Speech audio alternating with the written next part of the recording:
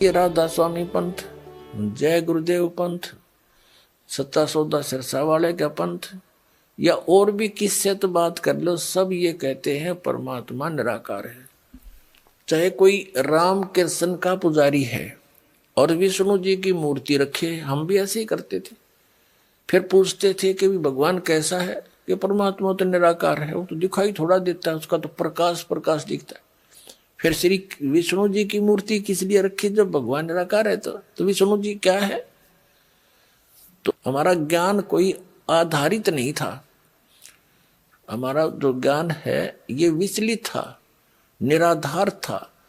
अब जैसे गीता जी अध्याय नंबर 2 के श्लोक नंबर 53 में 53 में कहा कि अर्जुन, जिसमें तेरी बुद्धि भिन्न भिन्न प्रकार के भ्रमित करने वाले वचनों से हटकर एक परमात्म तत्व के तत्व ज्ञान पर स्थिर होगी, तब तो तू योग को प्राप्त होगा, तब तो तेरे में भगत के लक्षण आवेंगे, तू योगी बनेगा, भगत बनेगा।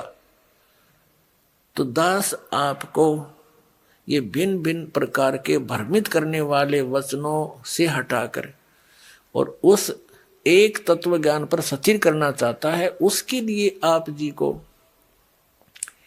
सभी धर्मों के धर्म ग्रंथ आपके रूबरू करता है ये दास, और जो उस धर्म के धर्मी वर्तमान के जो प्रवक्ता हैं वचन करता है, या अब से कुछ 100-200 वर्ष पहले तक के आ रहे हैं, जो अपना अनुभव बना करके,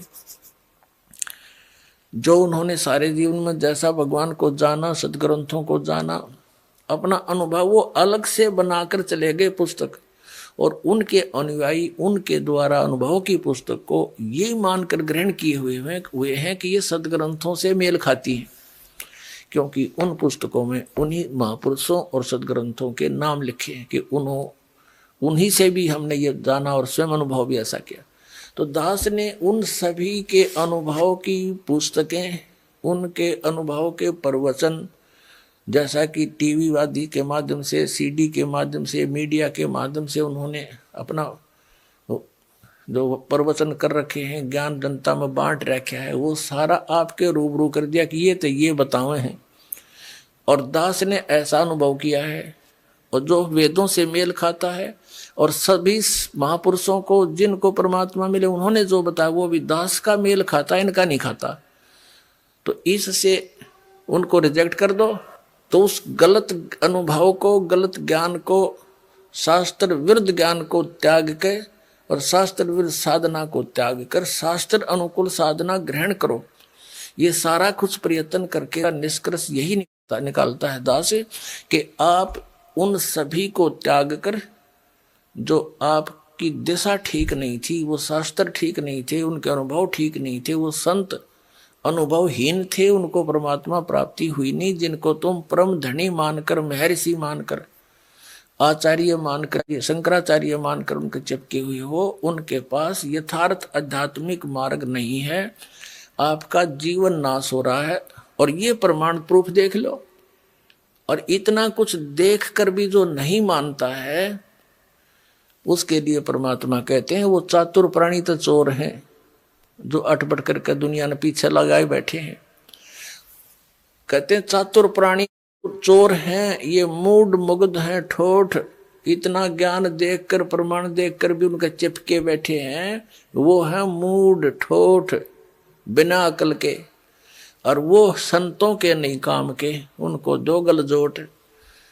तो परमात्मा कहते हैं कि वो फिर हमारे काम के भी कोई नहीं, वो वहीं मरे रहो, फिर और क्या इलाज है उनका। इतने प्रमाण देखकर और फिर विष खाने की तैयारी में, तो या तो वो नशे में है या कति मूढ़मती। फिर क्या बताते हैं कि जानबूझ साची तजय। एक भक्त ने अपने गुरु को कहा कि गुरुदेव आप संत हैं, और संत वही हो जो सच्ची बोले।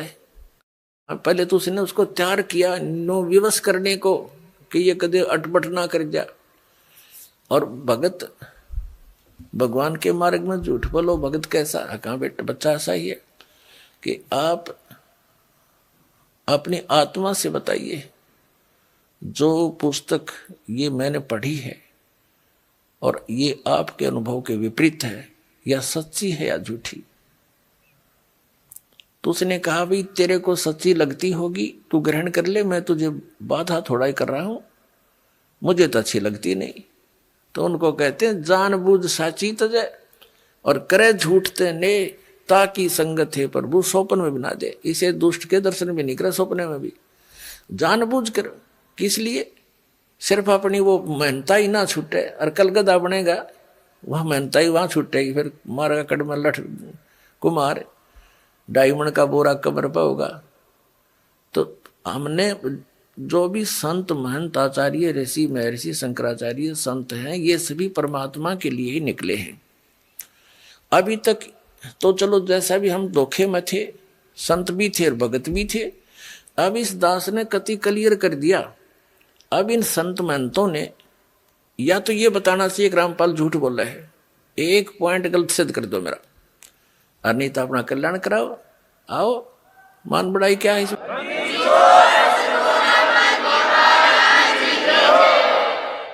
अब जैसे एक डॉक्टर है और डॉक्टर के पास औषधि की खोज होगी, आपका वो रोग है, उसमें मान बढ़ाई की है। डॉक्टर का काम तो दवाई देना, मरीज का काम लेना और खाना, उसमें के कौन बड़ा और कौन छोटा? डॉक्टर डॉक्टर ही है, दवाई उसने देनी है क्योंकि उसको मिल गई है। तो दास के पास इस जन्म मरण के दीर्घ रोग को नाश करने की वो यथार्थ औषधि, यथार्थ मंत्र हैं, जो आज तक न ब्रह्मा जी को प्राप्त हुए, न विष्णु जी को, न शिव जी को। वो दास के पास उपलब्ध।